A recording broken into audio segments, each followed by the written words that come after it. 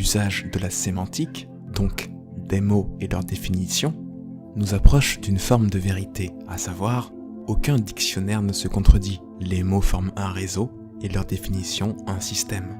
Ce mode de pensée, que j'appelle la rectitude des concepts, exclut tout usage imprécis de la langue. À nous de comprendre ce dont nous parlons. Descartes, dans sa philosophie, s'est confronté à un problème de pensée assez connu. Comment savoir si ce qui est perceptible est une illusion ou non ? Sur quoi se baser pour affirmer l'existence de ce qui nous entoure, hormis nos sens physiques et spirituels ?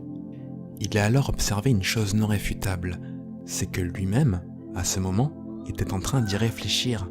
Il ne pouvait donc pas douter de sa propre existence, du moins en tant qu'être pensant. Il a alors dit « Je pense, donc je suis ». Reprenant ce principe, « Je suis » est donc la première chose dont nous ne pouvons douter. Et si nous ne sommes pas, nous pouvons encore moins douter, car pour douter, il faut être. Et là, paradoxe, car qui doute d'être ? Du fait d'être, en tant que conscience, découlent deux questions. Si je suis, d'où est-ce que je viens ? Et si je viens, où est-ce que je vais ? Eh bien, par définition, la conscience est liée à la perception, l'observation, en ce sens que la conscience nourrit l'observation et que l'observation nourrit la conscience. Cela induit donc ces deux choses. La conscience vient de l'observation et va à l'observation. Cette observation qui devient mystérieuse, comment la définir ?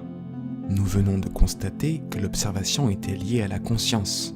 Donc facilement, nous pouvons énoncer le fait que la conscience vient de la conscience et va à la conscience. Nous pouvons donc énoncer que cette conscience est extérieure à « je suis », extérieure à Descartes et assez semblable pour la simple raison que cette conscience, étant rejointe, ne peut être inventée par nous, elle ne peut qu'être découverte, rejointe. Elle préexiste donc à nous. Nous pourrions facilement en déduire que celle vers laquelle nous allons et celle de laquelle nous venons est la même. Nous pouvons ajouter ce simple principe, rien n'existe à part pour une conscience capable de perception. Nous tenons que tout ce qui existe d'une manière ou d'une autre dans le cosmos physique ou spirituel. Il existe donc un point de perception, une conscience à l'échelle du cosmos physique et spirituel. Nous venons de cette conscience en laquelle nous préexistons à notre propre observation. Nous ne pouvons pas nous inventer nous-mêmes, mais nous découvrir une fois nés, et vers laquelle nous nous dirigeons en fonction de notre vélocité consciente.